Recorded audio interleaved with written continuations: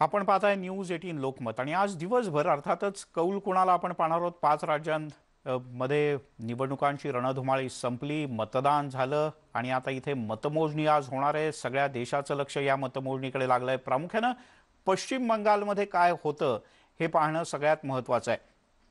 आज दिवसभर न्यूज 18 लोकमतवर तुम्ही सलगपणे या सर्व राज्यांच्या निवडणुकांचं विश्लेषण पाहणार आहात। तसंच महाराष्ट्रामध्ये 2 निवडणुका आहेत। एका निवडणुकीत निकाल लागणार आहे तर दुसऱ्या निवडणुकीच्या करता मतदान होणार आहे। एक निवडणूक आहे ती म्हणजे पंढरपूरची। पंढरपूरमध्ये पोटनिवडणूक झाली आणि त्याची मतमोजणी आज होते। तर दुसरी आहे कोल्हापुरात, म्हणजे सोलापूरच्या बाजूच्याच कोल्हापुरात इकडे गोकुळ दूध महासंघाची निवडणूक आहे आणि त्यासाठी आज मतदान होत आहे। हे सगळं असणार आहे। माझ्यासोबत आहे माझा सहकारी तुषार। तुषार, आज तुझ्या पाठीमागे ही जी बॉल आहे काहीतरी जादूची बॉल आहे असं मी ऐकलंय। काय आहे त्याच्यात, काय आपण दाखवणार आहोत प्रेक्षकांना? अगदी खरं मिलिंद, आपण ही जी व्हिडिओ स्क्रीन आहे जसं तुम्ही म्हणालात की ही जादूची वॉल आहे आणि एका क्लिकवरती आपल्याला सगळे निकाल पाहू शकणार आहोत।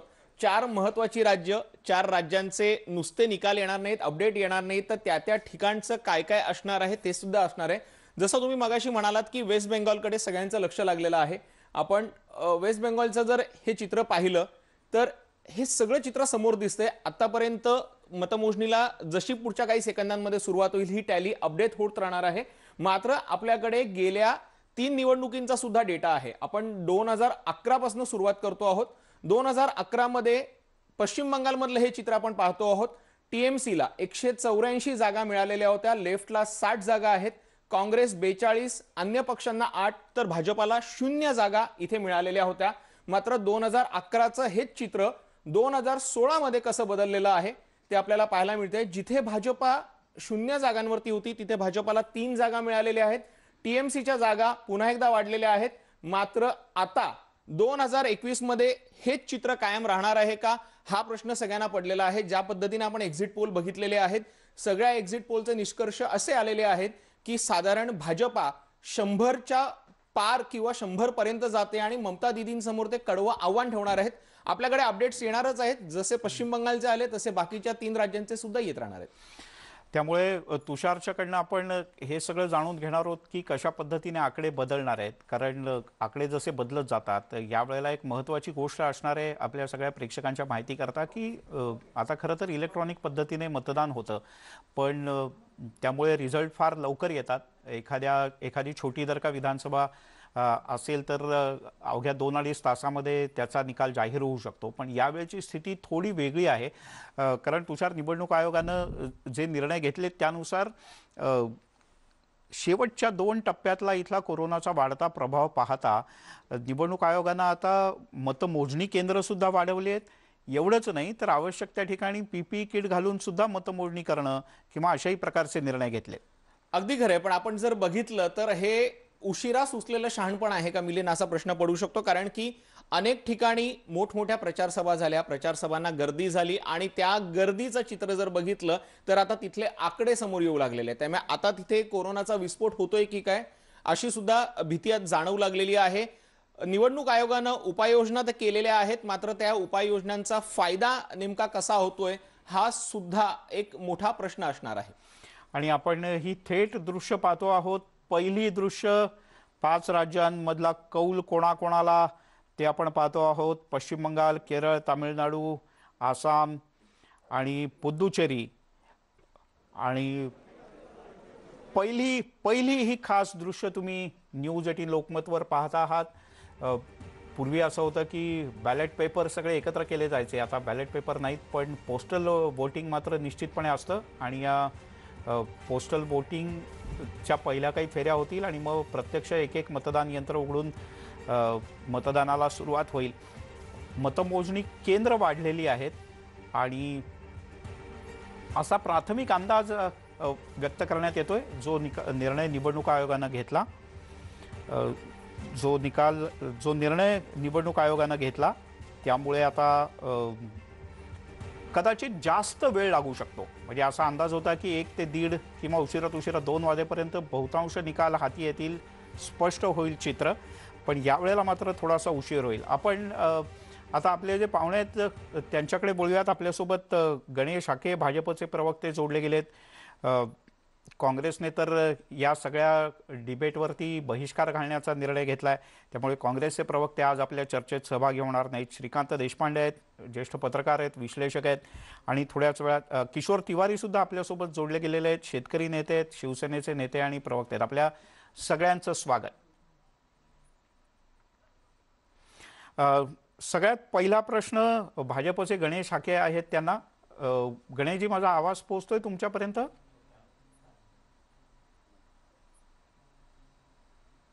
लाईट इकडे घ्या. गणेश हाकेंच्यापर्यंत आपला आवाज पोहोचत नाही, पण भाजपचा आवाज पश्चिम बंगालमधल्या लोकांपर्यंत पोहोचलाय का नाही हे आपल्याला आज कळेल. पश्चिम बंगालच्या लोकांनी भाजपला साथ दिले का नाही. श्रीकांत देशपांडे आहेत आपल्यासोबत, पत्रकार आहेत, विश्लेषक आहेत. श्रीकांतजी, तुम्ही या सगळ्या भागाचा दौरा केला होता. सुरुवात आपण पश्चिम बंगालपासून करूयात.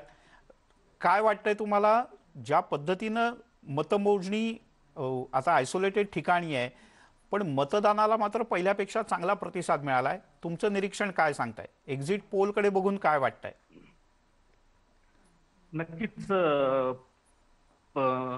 पश्चिम बंगालमध्ये नेहमीच मतदान जे आहे ते मोठ्या संख्येने होत असतं. दरवेळेला साधारणपणे 76 ते 80% सरासरी मतदान हे पश्चिम बंगालमध्ये नेहमीच होत असतं. आणि यावेळेला साधारणपणे 2 ते 3% मतदान जे आहे ते वाढलेलं आहे. आणि त्याच्यामुळे वाढीव मतदान हे परिवर्तनासाठीच असेल असं पश्चिम बंगालच्या बाबतीत सांगणं थोडंसं अवघड आहे. कारण या आधी मतदान वाढलं तर त्यावेळी सत्तांतर झालंच असं पश्चिम बंगालच्या बाबतीत ठाम म्हणता येत नाही. परंतु यावेळेला असं वैशिष्ट्य पश्चिम बंगालच्या निवडणुकीचं सांगता येईल की तिथे पहिल्यांदा ममता बॅनर्जी यांना मोठ्या प्रमाणावर आव्हान जे आहे ते भाजपाकडून मिळालेलं आहे. यापूर्वी डाव्यांचा किंवा काँग्रेस पक्षाचा जे आहे तर त्यांच्याशी ममता बॅनर्जींशी लढत असायची, पण यावेळेला पहिल्यांदाच डावे आणि काँग्रेस पक्ष या राज्यामध्ये निष्प्रभ असल्याचं दिसून आलं.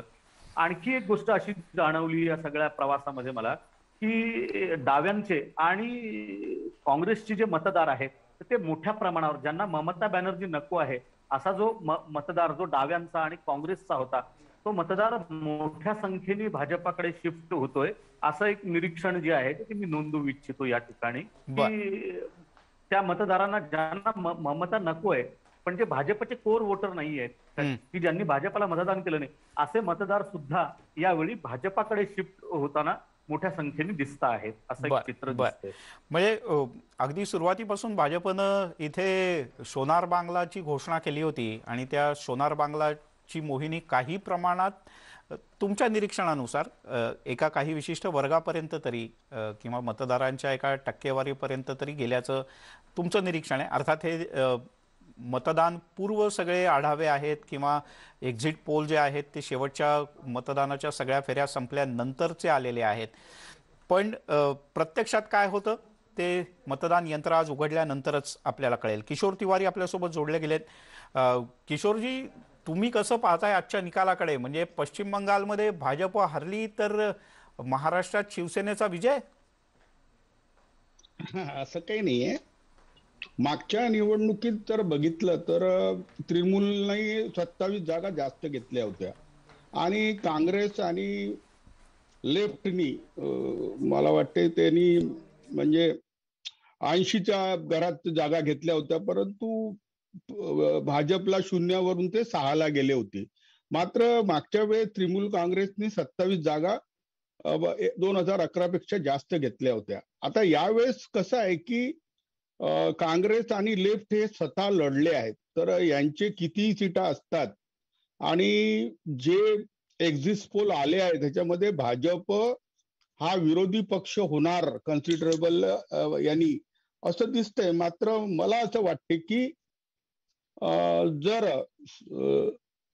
तिथलं जे कॉन्फिगरेशन आहे मिलिंद, की मुस्लिम वोटांची संख्या जास्त आहे आणि यांनी जो रिजनल कार्ड खेळला होता, तर मला असं वाटते की तृणमूल काँग्रेसकडे जास्त सीट राहतील आणि सत्ता ममता दीदीची राहील असं वाटते. मात्र निवडणुकीचे निकाल कसे येतात ते बघायचं आहे. पण भाजप इथे गेन करणार आणि भाजप इथे गेन करणार म्हणून शिवसेनेला काही होणार असं नाहीये. तिथे भाजपनी जो कार्ड खेळला आणि तसं तर रिजनल पार्टीच्या 10 वर्ष तिथे सत्तेवर होती तृणमूल काँग्रेस, हो आणि काँग्रेस आणि लेफ्टचा जोर थोडा कमी झाला होता, हो. तर लोकांनी सबस्टिट्यूट मध्ये भाजपला घेतलं. बर तर बर. शिवसेनेत काय फरक पडेल तुम्हाला, तुम्ही विचारला प्रश्न, मात्र महाराष्ट्राच्या सत्तेला नाही नाही काहीही किशोरजी, मी होणार प्रश्न नाही. विचारला एवढ्या करता की सुरुवातीला फार आवेशात असं शिवसेनेच्या नेत्यांनी म्हटलं होतं की आमचे उमेदवार उभे राहणार, आणि मग असं म्हटलं की नाही नाही आम्ही दिदींना मदत करणार, म्हणून मी फक्त म्हटलं, बाकी मला काहीच म्हणायचं नाही. नाही नाही, असं आहे मिलिंद, हिंदू मत, शिवसेनेची मतं हे भाजप विरोधातली राहतील आणि ती मतं तृणमूल कडेच राहावी या उद्देशाने आम्ही निर्णय घेतला. बर आणि बर. एक तुषारकडे अपडेट आहे, ती ऐकूयात. तुषार. आत्ताचे जे रिसेंट अपडेट आपल्याकडे येत आहेत त्यानुसार पश्चिम बंगालमध्ये मतमोजणीला सुरुवात झालेली आहे आणि पहिल्या फेरीमध्ये जो ट्रेंड दिसतोय त्यानुसार तृणमूल काँग्रेस आघाडीवरती आहे. 7 जागांवरती तृणमूल काँग्रेसला आघाडी मिळालेली आहे, तर भाजपा 3 जागांवरती आघाडीवरती आहे. म्हणजे अगदी सुरुवातीचा जो ट्रेंड दिसतोय त्याच्यामध्ये या दोघांमध्ये सध्या तरी नेक टू नेक फाईट दिसते. 7 जागांवरती टीएमसी आणि आत्ताच जे अपडेट मला आलेले आहेत त्यानुसार 4 जागांवरती भाजपा आघाडीवरती आहे. नाही, आकडे इतके झपाट्यानं बदलत आहेत तुषार, आणि काही मतदारसंघ खूप छोटे आहेत पश्चिम बंगालमधले पण, जसं केरळ आणि पुद्दुचेरी एकदम छोटी राज्य आहेत. मग 140 जागा केरळमध्ये आहेत आणि पुद्दुचेरीमध्ये तर अवघ्या 30 जागा आहेत. पण पश्चिम बंगालमधले काही मतदारसंघ एवढे छोटे आहेत की त्याचे रिझल्ट हे फार लवकर येतील, आणि आकडे बदलत आहेत. तृणमूल आता 10 ठिकाणी आघाडीवर आहे, भाजप आता एकूण 4 ठिकाणी आघाडीवर आहे, आणि हे आकडे झपाट्यानं बदलत राहणार पहिल्या टप्प्यातल्या याच्यापर्यंत, म्हणजे पोस्टल बॅलेट आणि पहिली फेरी यापर्यंत आकडे झपाट्यानं बदलतील. नंतर कसा वेग राहतो हे मात्र आपल्याला थोड्या वेळाने कळेल. अगदी खरं मिलिंद, आपण जसं आत्ताच्या निवडणुका आपण इतक्या बघितलेल्या आहेत त्यानुसार सुरुवातीचा ट्रेंड जो असतो तो ट्रेंड दिसतो, मात्र एक साधारण 10-11च्या दरम्यान तो जो ग्राफ असतो किंवा जो ट्रेंड असतो तो एक सेट व्हायला सुरुवात होते आणि दुपारी 12च्या आसपास चित्र स्पष्ट होतं. मात्र ज्या पद्धतीनं पश्चिम बंगालमध्ये मतदान केंद्रांची संख्या वाढवलेली आहे, मतमोजणी केंद्रांची संख्या वाढवलेली आहे, ती पाहता आता सगळ्यात अंतिम रिझल्ट यायला कदाचित संध्याकाळ सुद्धा होऊ शकते आणि पुन्हा एकदा जो काही निकाल असेल तो नेत्यांना स्वीकारावा लागेल. मात्र त्यांना विजयोत्सव किंबहुना विजयी मिरवणुका काढता येणार नाहीत, कारण की हायकोर्टानं त्यांना फटकारलेला आहे. बरोबर आहे. आणि म्हणजे केंद्रानं किंवा आरोग्य विभागानं, आरोग्य मंत्रालयानं ज्या काही नवीन सूचना दिलेल्या आहेत त्यानुसार उत्तर प्रदेशच्या खालोखाल, म्हणजे महाराष्ट्राच्या व्यतिरिक्त उत्तर प्रदेशच्या बरोबरच पश्चिम बंगाल, केरळ, कर्नाटक ही राज्य अशी आहेत कोरोनाच्या दृष्टीने सेन्सिटिव्ह किंवा इथे प्रभाव वाढतोय, त्यामुळे इथे अनेक प्रकारचे निर्बंध आहेत. परत एकदा 1 सेकंदाची अपडेट आणि मग परत आपण आपल्या गेस्टकडे जाऊयात. तृणमूल 11 ठिकाणी आघाडीवर आहे आणि भाजप 8 ठिकाणी आघाडीवर आहे. अर्थात हे आकडे क्षणाक्षणाला बदलत राहतील पहिल्या काही टप्प्यात. पुन्हा एकदा आपण जाऊयात, आपल्यासोबत श्रीकांत देशपांडे आहेत. श्रीकांतजी, तुम्ही या भागात जेव्हा फिरलात तेव्हा तुमचं निरीक्षण काय होतं? कारण भाजपचे नेते असा दावा करत होते यावेळेला की मतदान व्हायचं, तुम्ही म्हणालात त्याप्रमाणे 70%, 75%, 80% मतदान तर व्हायचं, पण लोक प्रत्यक्ष मतदान नाही करायचे, तर कार्यकर्तेच मतदान करायचे. हा आरोप नेहमीच होत असतो. पूर्वी जेव्हा डाव्यांची राजवट होती तर तेव्हा डाव्यांची सिस्टम जी आहे ती काम करत होती, आणि त्यानंतर जेव्हा ममता बॅनर्जी सत्तेवर आल्या तर तेव्हा टीएमसी कडून मतदान केंद्र ताब्यात घेतले जातात असा आरोप जो आहे तो अन्य पक्षांकडून केला जात होता. अर्थात या आरोपांमध्ये कितपत सत्यता आहे याबाबत कोणी स्पष्ट तसं बोलणार नाही, पण एकंदरीत तिथे मतदार जे आहे ते मोठ्या प्रमाणावरती यावेळी उघडपणे बोलत होते. आतापर्यंतचा अनेकांचा असा अनुभव होता की मतदार उघडपणे बोलत नाहीत, पण यावेळी मात्र असं दिसून आलं की मतदार बऱ्यापैकी बोलत होते, सांगत होते की त्यांना नक्की काय हवं आहे. भाजपनं जे प्रचारामध्ये मुद्दे मांडले होते त्याच्यामध्ये कट मनी हा जो एक महत्वाचा मुद्दा होता तो होता. त्याच्याबरोबरच मोठ्या प्रमाणावर जे आहे ते ध्रुवीकरण होतं, हा एक भाजपाकडून मोठ्या प्रमाणावर चालवला गेलेला मुद्दा होता. या सगळ्या मुद्द्यांच्या भोवती ही निवडणूक जी आहे ती फिरली. दुसरं असं की भाजपनं प्रचंड मोठ्या प्रमाणावरती पश्चिम बंगालमध्ये ताकद लावली आणि त्याच्या विरोधामध्ये ममता बॅनर्जी या एक हाती एकट्या प्रचार करत होत्या. अन्य पक्ष जे आहेत ते ममता बॅनर्जींना मदत करतील अशी एक शक्यता होती, परंतु त्यांच्या मदतीला बहुतेक कुणीही नेता पोहोचल्याचं आपण दिसलो नाही एकंदरीत या सगळ्या प्रवासामध्ये. परंतु त्याच्यामुळे ममता बॅनर्जींनी एक हाती हा किल्ला लढवला आणि त्याच्या विरोधामध्ये भाजपाकडून अगदी छोटे छोटे एखाद्या राज्याचा छोटा आमदार असेल किंवा एखादे नगरसेवक असतील किंवा ती फौज असेल किंवा कार्यकर्त्यांकडे जबाबदाऱ्या दिल्या गेल्या होत्या आणि ते उतरले होते. हा प्रचंड विषम अशी लढाई होती, म्हणजे भाजपने पूर्ण ताकद लावली होती आणि त्याच्या विरोधात ममता बॅनर्जी या एकट्या एक हाती लढत होत्या. असं हे विषम थोडंसं चित्र आपल्याला तिथे दिसेल. परंतु एक गोष्ट नक्की आहे की बंगालमध्ये मतदार जे आहेत पण उघडपणे बोलत होते. श्रीकांतजी, रिजनल पार्टीचं हेच राहिलेलं आहे ना, म्हणजे महाराष्ट्रात तुम्ही म्हणाल शिवसेना, तर स्वाभाविकपणे उद्धव ठाकरे आणि आदित्य ठाकरे यांच्याकडे सगळ्यांचं लक्ष असणार की ते कुठे प्रचार करतात किंवा ते आपल्याकडे आले पाहिजेत. तसंच पश्चिम बंगालमध्ये एक डेरेक ओब्रायन सारखा एखादा ऑप्शन सोडला तर बाकी सगळ्यांचंच लक्ष असणार ते ममता बॅनर्जी, कारण हे पक्ष काही ना काही प्रमाणात शेवटी एक खांबी तंबू असतात. बरोबर आहे. त्याच्यात ममता बॅनर्जींच्या बाबतीत झालं असं की त्यांच्या जे विश्वासू म्हणजे विश्वासू जे नेते होते किंवा आमदार होते, खासदार होते किंवा अन्य ज्याला दुसऱ्या फळीचं नेतृत्व आपण म्हणता येईल, तर ते नेतृत्व ममता बॅनर्जींवरती नाराज होऊन मोठ्या प्रमाणावरती त्यांनी भाजपची वाट धरली. आपण त्याच्यामध्ये महत्वाचं नाव घेता येईल ते म्हणजे मुकुल रॉय असतील, की ते खरं म्हणजे ते सारदा नारदा घोटाळ्यामध्ये त्यांचं नाव होतं, परंतु ते भाजपात गेले आणि मग ठीक आहे, जसं की भाजपामध्ये गेले की ते पवित्र होऊन जातात, तर तसं त्यांच्याही बाबतीत घडलं आणि तेही गेले. त्याच्यानंतर शुभेंदू अधिकारी हे एक मोठं नाव होतं, तर ते भाजपामध्ये गेले आणि खऱ्या अर्थाने ममता बॅनर्जींना जे आव्हान आहे ते तिथून मिळालं.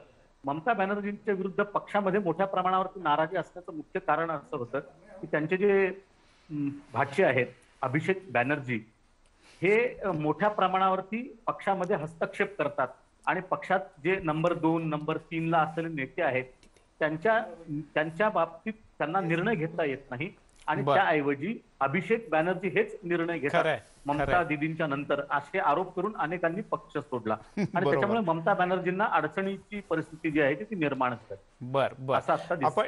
आपण याच्यावर चर्चा करणार आहोत, कारण हेच पुढे विश्लेषण करायचे प्रमुख मुद्दे असणार आहेत जेव्हा प्रत्यक्ष अधिकाधिक चित्र स्पष्ट होईल. आणि आता चित्र स्पष्ट व्हायला सुरुवात झाली आहे. तुषार, अगदी खरंय. आपण पाहतो आहोत माझ्या या मॅजिक वॉलवरती आता अपडेट यायला लागलेले आहेत. पश्चिम बंगाल राज्याचे पहिले अपडेट्स आलेले आहेत. आपण पाहतो आहोत टीएमसी 20 जागांवरती आत्ताच्या स्थितीला आघाडीवरती दिसते आहे. भाजपा 17 जागांवरती आघाडीवरती आहे. सुरुवातीचा हा ट्रेंड आहे आणि जर आपण पर्सेंटेज बघितलं तर आता 17 जागा भाजपाला प्लस दिसत आहेत. हे चित्र दिसतं आहे सध्याचं पश्चिम बंगालचं. आणि आपण आता पुढच्या राज्यावरती नजर टाकतो आहे. आपल्याकडे पुढचं राज्य आहे, आपण स्टेटमध्ये जातो आहे. तमिळनाडूमधले काय अपडेट्स आहेत आपण ते बघण्याचा प्रयत्न करतोय. तमिळनाडूमध्ये सुद्धा अपडेट आलेले आहेत. डीएमके 3 जागांवरती आत्ताच्या स्थितीला आघाडीवरती आहे. पुढचं राज्य आपण पाहतो आहोत केरळा. केरळामध्ये एलडीएफ 33 जागांवर आघाडीवरती आहे, यूडीएफ 19 जागा. आणि आत्ताच्या या क्षणापर्यंत भाजपाला इथे खातं उघडता आलेलं नाहीये, मात्र हे सुरुवातीचे ट्रेंड्स आहेत. त्याचबरोबर आता आपण जातो आहोत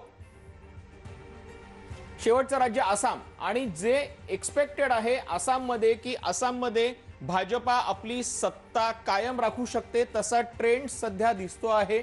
भाजपाला आत्ता 10 जागा मिळता आहेत, काँग्रेसला फक्त 4 जागा मिळालेल्या आहेत आणि एका जागेवरती स्थानिक पक्ष जो आहे तो आघाडीवरती आहे. मिलिंद, हे सगळे कल आहेत, म्हणजे अगदी पहिल्या टप्प्यातल्या मतमोजणीचे सुरुवातीचे हे कल आहेत. आणि मी एक सेकंद सांगेन की पश्चिम बंगालवर पुन्हा एकदा आपण जाऊयात एक सेकंदाभराकरता, म्हणजे आपल्याला काही गोष्टी आणखीन स्पष्ट होतील. आपल्याला असं दिसतंय गेल्या वेळेला, म्हणजे तुषारने मगाशी दाखवलं होतं 2011च्या निवडणुकांच्या वेळेला, 2014च्या निवडणुकांच्या वेळेला भाजप 0 होतं. 2016च्या निवडणुकांच्या वेळेला भाजपला 3 जागा फक्त विधानसभेला मिळवता आल्या होत्या.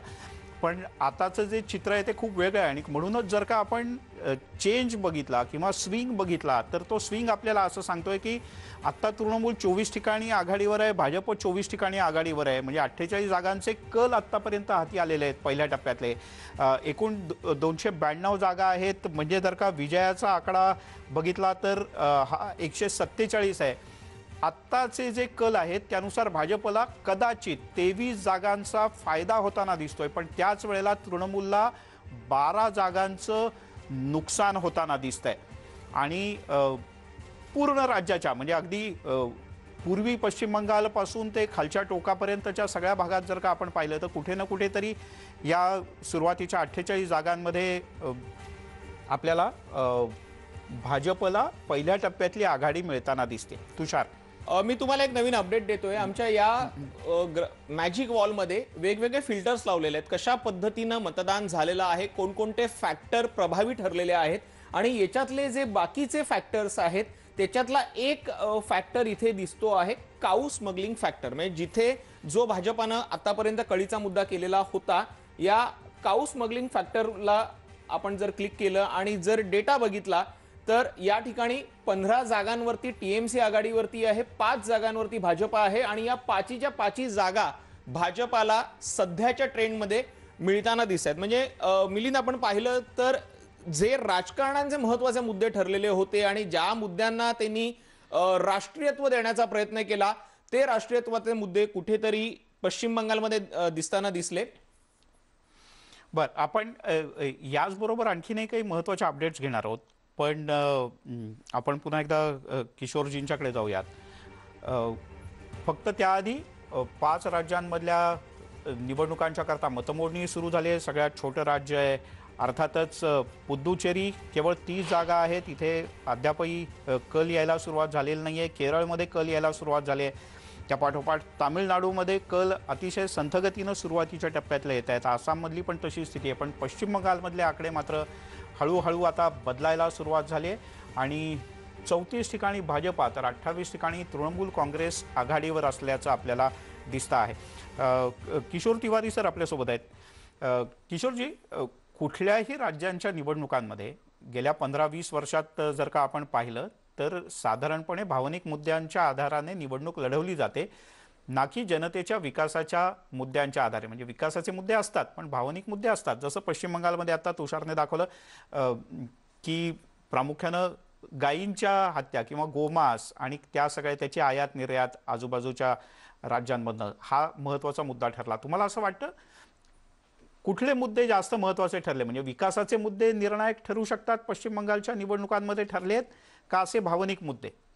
नाही, हे बघा, भावनिक मुद्देच निवडणुकीत हवा तयार करतात आणि तिथे आता हा मुद्दा होता, रामाचा मुद्दा होता. मात्र एक मिलिंद, तुम्ही गोष्ट लक्षात ठेवाल की मागच्या लोकसभेत च्या निवडणुकीत जेव्हा तिथून 18 खासदार आले त्यावेळेसच भाजपने टार्गेट केलं होतं की इथे आपण सत्ता घ्यावी. आता 2 राष्ट्रीय पक्ष लेफ्ट आणि काँग्रेस याच्या कास्टवर ते घेत आहे. मात्र पुष्कळच्या तृणमूल काँग्रेसच्या जागाही त्या घेत आहेत. भाजपला सुरुवातीच्या ट्रेंडनी चांगल्या जागा मिळत आहे.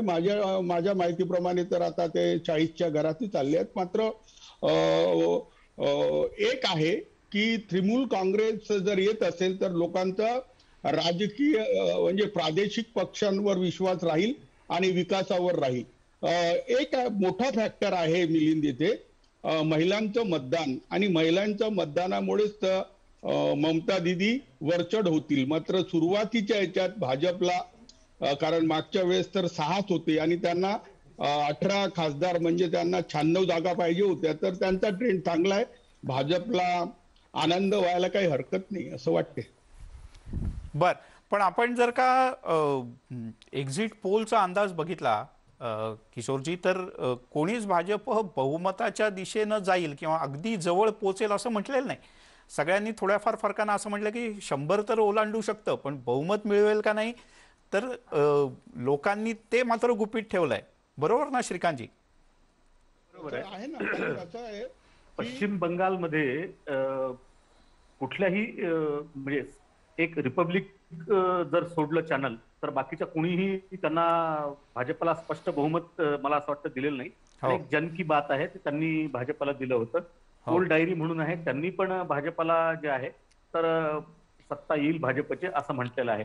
आणि ही रेंज 148 ते 165 188 इथपर्यंत या तिन्ही संस्थांनी सर्वेक्षण संस्थांनी दाखवलं. बाकीच्या बहुतेक सर्वेक्षण संस्थांनी ममता बॅनर्जी काठावरती का होईना परंतु सरकार त्यांचं बनेल अशा पद्धतीचा अंदाज वर्तवलेला आहे. मला असं वाटतं की मी जेव्हा तिथे फिरलो, मी अर्थात पहिल्या 3 टप्प्यांमध्ये पश्चिम बंगालमध्ये होतो, तर तेव्हा मला असं जाणवलं की तिथे बदल जो आहे तर तो बदलासाठी मतदान लोक जे आहेत ते करतायत. अर्थात हे पहिल्या 3 टप्प्यात आणि हे पहिले 3 टप्पे हे भाजपला अनुकूल असतील. आता जेव्हा निकाल येतील आणि जशा जागा वाईज आपल्याकडे डाटा येईल त्याच्यानंतर त्याचं पृथक्करण जे आहे ते उद्या करता येईल आपल्याला की नक्की पहिल्या फेजमध्ये किती जागा होत्या, दुसऱ्या फेजला किती आणि थर्ड फेजला किती आणि बाकीच्या सगळ्या फेज वाईज कुणाला जागा गेल्या.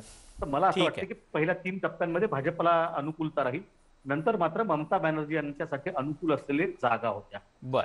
आपण तेही पाहूयात, कारण श्रीकांतजी, तुषारच्या बरोबर जी मॅजिक वॉल आहे त्यात सगळ्याच गोष्टी आहेत. म्हणजे पहिल्या टप्प्यात किती जागांचं मतदान झालं आणि जे आतापर्यंतचे निकाल आले त्याच्यात पहिल्या टप्प्यात कोणी आघाडी घेतली, अशासह अनेक जादूच्या गोष्टी त्या बॉलवर आहेत आणि त्या बॉलवरनं आपल्याला सतत महत्वाच्या अपडेट्स मिळणार आहेत. तुषारकडे एक महत्वाची अपडेट आहे. तुषार, आता आपण पाहतो आहोत स्क्रीनवर जाण्यापूर्वी एक दुसरी ब्रेकिंग तुम्हाला मी टीव्ही स्क्रीनवरती दाखवतोय. आसाम मधली ही ब्रेकिंग न्यूज येते आहे. आसाममध्ये भाजपानं आघाडी घेतलेली आहे. सध्याच्या स्थितीला जे आकडे समोर दिसत आहेत त्यानुसार 11 जागांवरती भाजपनं आघाडी घेतलेली आहे, तर 7 जागांवरती काँग्रेस पुढे आहे. यासोबतच एक छोटासा ब्रेक घेऊयात. सर्व प्रकारच्या ताज्या अपडेटसाठी news18lokmat.com या आमच्या वेबसाईटला लॉग ऑन करा. फेसबुक, ट्विटरवर आम्हाला फॉलो करा आणि आज दिवसभर अर्थातच तुमच्या आवडतं News18 लोकमतच ट्यून ऑन करून ठेवा, कारण तुम्हाला या सर्व राज्यांचे निकाल पाहायला मिळणार आहेत.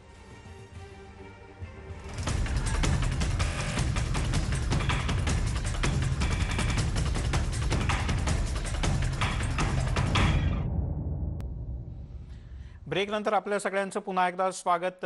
बरोबर अर्ध्या तासापूर्वी मतमोजणीचे जे सगळे कल आहेत ते तुम्ही News18 लोकमतवर पाहायला सुरुवात केलेली आहे आणि आज दिवसभर विविध राजकीय पक्षांचे नेते आणि राजकीय विश्लेषक आपल्यासोबत News18 लोकमतवर असणार आहेत आणि या सर्व राज्यांमध्ये काय स्थिती राहील हे आपण थेट पाहणार आहोत. सुरुवातीला एक महत्त्वाची अपडेट. पश्चिम बंगालकडे जाण्यापूर्वी ती आसाममध्ये भाजपला 11 जागांवर आघाडी मिळालेली आहे. जे कल आतापर्यंत हाती आले आहेत, आसाममध्ये काँग्रेस 7 जागांवर पुढे आहे. अर्थात ही अगदी सुरुवातीच्या टप्प्यातली स्थिती आहे. आसाममध्ये भाजपची सत्ता आहे आणि ही सत्ता भाजप कायम राखणार का हे महत्त्वाचं आहे. तामिळनाडूमध्ये सत्ताधारी AIADMK सध्या तरी आघाडीवर दिसते जे पहिले कल येत आहेत त्यानुसार, पण DMKनं सुद्धा मोठं आव्हान तामिळनाडूमध्ये उभं केलं होतं. त्याच्यामुळे काय नेमकी स्थिती कायम राहते हे पाहणं अत्यंत रंजक असणार आहे. तर तिकडे LDF, सत्ताधारी LDF केरळमध्ये आघाडीवर आहे, तर UDFला 30 जागांवर आघाडी मिळाली आहे. इथे काँग्रेस पुन्हा एकदा निर्णायक स्थितीत येतं का नाही हे पाहणं सुद्धा केरळमध्ये अतिशय महत्त्वाचं असणार आहे. आणि आता पुन्हा एकदा आपल्यासोबत आपले मान्यवर आहेत त्यांच्याकडे जाऊयात. श्रीकांत देशपांडे आहेत, राजकीय विश्लेषक. स्वतः श्रीकांतजी 3 टप्पे हे पश्चिम बंगालच्या निवडणुकांच्या वेळेला पश्चिम बंगालमध्ये होते, त्यांनी हा प्रचार जवळून पाहिलाय. तर किशोर तिवारी आहेत, शिवसेनेचे नेते. किशोरजी, ब्रेकवर जाण्यापूर्वी जसं श्रीकांतजींना विचारलं होतं तसाच प्रश्न तुम्हाला, की ठीक आहे तुम्ही भावनिक मुद्द्यांच्या बद्दल तर सांगितलं, पण पश्चिम बंगालमधले निकाल तुम्हाला काय वाटतं की प्रांतीय राजकारणाच्या दृष्टीने किंवा देशाच्या राजकारणाच्या दृष्टीने किती महत्त्वाचे आहेत? नाही, भाजपला जी मतं मिळत आहे मला वाटते ही चुरस फारच आता अर्ली ट्रेंड आहे, तरी भाजपला जो गेन आहे आणि तृणमूलचा गेन आहे तर सिग्निफिकंट भाजपला गेन होतोय आणि भाजप हा राष्ट्रीय पक्ष म्हणून तिथे गेला आहे. आणि एक मागच्याच निवडणुकीत फक्त 6 जागा होत्या. तर मला वाटते अँटी इन्कम्बन्सीचा त्रास ममता दिदींना झाला असं वाटते, परंतु ममता दिदी शेवटपर्यंत मला वाटते की जसे एक्झिट पोल आहे की ते थोडं समोर येतील. मात्र जसं LDF हे बरं करतंय. मात्र मला एक तुम्हाला ऍड करायचं आहे की आसाममध्ये भाजपला जसं वाटलं होतं तसं बंपर काही आता सध्या दिसत नाहीये. कारण आसाम गण परिषद आणि बोडोलँड या दोन NDAचे जे घटक आहे त्यांच्या जागा काही काँग्रेसकडे जाताना दिसत आहे. जर असा ट्रेंड राहिला तर एक्झिट पोलच्या थोड्याशा बाजूला राहील. मात्र आता सुद्धा तुम्ही मला ते दाखवत आहात त्याच्यावरून मला असं वाटते की ममता दीदींनी म्हणजे गड राखण्यात यश येईल की नाही हे तर शंकास्पद झालाय. मात्र त्या किशोरजी, आता गणेश हाके आपल्यासोबत डिस्कनेक्ट झाले म्हणून ते असते तर म्हणाले असते बघा शेवटी शिवसेनेनं मान्य केलं आता पहिल्या टप्प्यातच. नाही, जे सत्य आहे तेच बोलणार. कारण हे पहिल्याच राऊंडचे आहे. तर त्यांनी तर राजतिलकची तयारी इथेही केली होती. महाराष्ट्रातही ते म्हणाले होते ना की आम्ही 2 मे नंतर बघू म्हणून. तर मला असं वाटते की तसं काही होणार नाही, इथेही नाही आणि तिथेही नाही. आता थोडं मला ट्रेंड बघितल्यावर मिलिंद मी माझे सगळे कार्ड ओपन करणार ना. अरे नाही मिलिंद, आपण जर बघितलं तर मगाचपासून शांत संयमी प्रतिक्रिया त्यांच्याकडनं येत होती किशोरजींकडनं. आता ते खुलून बोलायला लागलेले आहेत. एका अर्थानं तुम्हारे हार में ही मेरी जीत है हा जो काही अनुभव आहे तो कदाचित त्यांना घेताना मिळेल. आता मला श्रीकांतजींना प्रश्न विचारायचा. श्रीकांतजी, तुम्ही पश्चिम बंगालमध्ये निवडणुकीचं वार्तांकन तुम्ही केलेलं होतं. तिथले महत्वाचे फॅक्टर्स होते आणि जो मुद्दा तुम्ही मगाशी मांडला की ममता दीदी नकोयत म्हणून मतपरिवर्तन जे होताना दिसतंय ती मतं भाजपाला मिळताना दिसत आहेत. मात्र हे प्रमाण किती असू शकेल आणि खरोखरच असा बदल पश्चिम बंगालमधल्या लोकांना हवा आहे का? पश्चिम बंगालमध्ये मुख्यमंत्री कोण हवा असा प्रश्न जेव्हा मी लोकांशी चर्चा करतो तेव्हा असं दिसतं की मुख्यमंत्री म्हणून त्यांना सगळ्यात जास्त पसंती ही ममता बॅनर्जी यांनाच आहे. भाजपाकडे आत्ताही त्या तोडीचा नेता ज्याला म्हणता येईल तसा नाहीये. कारण भाजपमध्ये एकतर दिलीप घोष हे मुख्यमंत्री पदाचे उमेदवार असू शकतात किंवा मुकुल रॉय असू शकतात किंवा मग शुभेंदू अधिकारी असू शकतात. पण ज्या अर्थी ही दोन नेते जे आहेत ते आत्ताच आलेले आहे आणि घोष जे आहे दिलीप घोष पश्चिम बंगाल प्रदेश भाजपचे अध्यक्ष यांच्या नावावर जास्त पसंती भाजपाकडून येऊ शकते. परंतु परिवर्तनासाठी मतदान हा भाजपचा तिथला नारा होता. त्यांनी 2019च्या लोकसभेमध्ये असं म्हटलं होतं की 1900 हाफ 2100 साफ, म्हणजे 19 मधच्या लोकसभेमध्ये आम्ही अर्ध्या जागा जिंकू आणि 21 साली ज्या विधानसभेच्या निवडणुका होती त्यावेळेला आम्ही ममता बॅनर्जींचा पराभव करून सत्तेवरती येऊ असं त्यांची एक घोषणा होती. मी तुम्हाला थोडंसं थांबवतो श्रीकांतजी, मग परत तुमच्याकडे येतो. कारण आकडे परत एकदा बदललेले आहेत आणि जे कल आहेत पहिल्या टप्प्यातले त्याने 100चा आकडा पार केलाय. 101 जागांचे कल आतापर्यंत आपल्या हाती आलेले आहेत. 52 ठिकाणी तृणमूलनं आघाडी घेतली आहे, म्हणजे 50शी पार केली आहे. तर भाजप 50च्या उंबरठ्यावर आहे. 48 जागांवर भाजप आघाडीवर आहे. बरोबर. आपण म्हणतोय की एकांनी हाफ सेंचुरी केलेली आहे, दुसरा हाफ सेंचुरीच्या जवळ पोहोचलेला आहे. मिलिंद, फक्त मला तुम्हाला ना दोन गोष्टींची एक कंपॅरिझन दाखवायचंय. आत्ताचं 2021 हे पश्चिम बंगालचं चित्र आहे. या ठिकाणी जे हिरवे रंग दिसत आहेत ते तृणमूल काँग्रेसचे आहेत आणि हा जो भगवा रंग आहे तो बीजेपीला प्रतीत करतो आहे. मी अद्यापही कोणतेही निकाल आलेले नाहीयेत. हे सुरुवातीचे ट्रेंड्स आहेत. मात्र या ट्रेंड्सचं मी तुम्हाला 2016चं एक चित्र दाखवतो. हाच पश्चिम बंगालचा नकाशा जो आतापर्यंत किंबहुना 2016 पर्यंत संपूर्ण हिरवा होता आणि हे जे लाल रंग दिसत आहेत तो डाव्यांचं प्रतीक आहे. आणि इथे चित्र दिसत होतं की इथे डाव्यांची काही ठिकाणी सरशी झालेली होती. मात्र आत्ता पहिल्या ट्रेंडमध्ये डाव्यांचं अस्तित्व आत्ता या पहिल्या ट्रेंडमध्ये दिसत नाहीये. अनेक ठिकाणी भाजपा येताना दिसते आहे. त्यामुळे जो भाजपाला एक्सपेक्टेड होता तो विजय ते त्याच्यापर्यंत जातील का हा सुद्धा एक महत्वाचा प्रश्न या निमित्तानं होता. आणि मिलिंद, आपण जे दोन मगाशी आकडे दाखवलेले होते, सुरुवातीला 2011 मध्ये 0 जागा, मग 3 जागा आणि आता 50च्या उंबरठ्यावर. गणेश हाके आपल्यासोबत जोडले गेलेले आहेत, भाजपचे प्रवक्ते. गणेशजी, स्वागत आहे आपलं न्यूज 18 लोकमतच्या या चर्चेमध्ये. पहिल्या टप्प्यातले जे कल आलेत 102 जागांचे, भाजप 49 ठिकाणी आघाडीवर आहे. अगदी बरोबर. जो खरं म्हणजे आम्हाला अपेक्षित अशा स्वरूपाचे म्हणजे कल येत आहेत आणि ज्या पद्धतीनं सध्या आता जी काही मतमोजणी सुरू आहे तिथं आणि त्याचे जे काही कल येत आहेत ते निश्चितपणे आम्हाला अपेक्षित असल्या स्वरूपाचे असे कल आहेत आणि आम्हाला आशा आहे की ज्या पद्धतीनं आम्ही पश्चिम बंगालमध्ये जी काही प्रचाराची यंत्रणा असेल, भारतीय जनता पार्टीच्या केंद्र सरकारने पश्चिम बंगालमध्ये केलेलं काम असेल, या सगळ्या गोष्टी जर लक्षात घेतल्या तर मला वाटतं की निश्चितपणे पश्चिम बंगालमध्ये या वेळेला भारतीय जनता पार्टीची सत्ता आल्याशिवाय राहत नाही. आणि या पश्चिम बंगालमधल्या भारतीय जनता पार्टीची सत्ता येण्याला पुष्कळ अशी कारण आहेत. मी आपले मान्य देशपांडेजींचं, तिवारी साहेबांचं मी आता डिस्कशन्स मध्ये ऐकत होतो. थोडंसं माझं तांत्रिक याच्यामुळं मला जॉईन होता नाही आलं तर. पण आशा आहे की ज्या 5 राज्यांमध्ये ज्या निवडणुकांचे आज निकाल आहेत त्याच्यामध्ये निश्चितपणे भारतीय जनता पार्टी ही सर्वाधिक मतानं किंवा सर्वाधिक इतर राजकीय पक्षापेक्षा पुढे असेल आणि सत्तेच्या सुद्धा म्हणजे जवळ नव्हे तर पूर्णपणे सत्ता मिळवण्याच्या आसाम तर निश्चितपणे आम्ही विजयी होऊ याच्याबद्दलचा आत्मविश्वासाने मी आज तुम्हाला सांगतो. पश्चिम बंगालमध्ये सुद्धा जे आमचे राष्ट्रीय अध्यक्ष, पूर्व अध्यक्ष आणि आताचे गृहमंत्री जे माननीय अमित शहा साहेबांनी जे सांगितलं होतं की 200 जागा भारतीय जनता पार्टी इथं आणू शकेल. तेव्हा मला असं वाटतं की नाही गणेशजी, तुम्ही सांगितलंय तुमच्या मंत्र्यांनी म्हणजे नेत्यांनी असा दावा केला होता 200+, पण सध्याचे तरी आकडे आहेत ते भाजप 49 पर्यंत आघाडीवर आहे तुर्तास. पाहूयात कल कसं येतात. फक्त एक प्रश्न, 5 ठिकाणच्या निवडणुका आहेत, तुम्हाला काय वाटतं स्कोर काय राहील? 5-3 का 5-2? नाही, मी ते सांगितलं तुम्हाला. 3 जागा भारतीय जनता पार्टीच्या म्हणजे ज्यात सत्ता येईल 3 राज्यामध्ये भारतीय जनता पार्टी. कोणती? निश्चितपणे आसाम आहे, पुदुचेरी आहे आणि पश्चिम बंगाल आहे.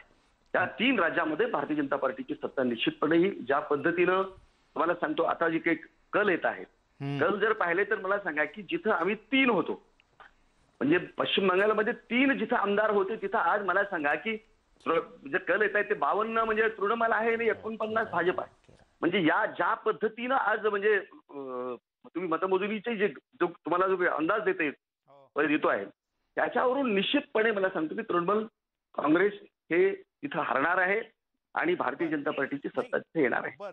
तुम्ही यावेळेला केरळ पण यावेळेला टार्गेट केलं होतं गणेशजी. केरळमध्ये पण खूप जोर लावला होता. बघा आमचा प्रयत्न आहे. केरळमध्ये खातं उघडणार का? नाही, निश्चितपणे खातं उघडा आम्ही.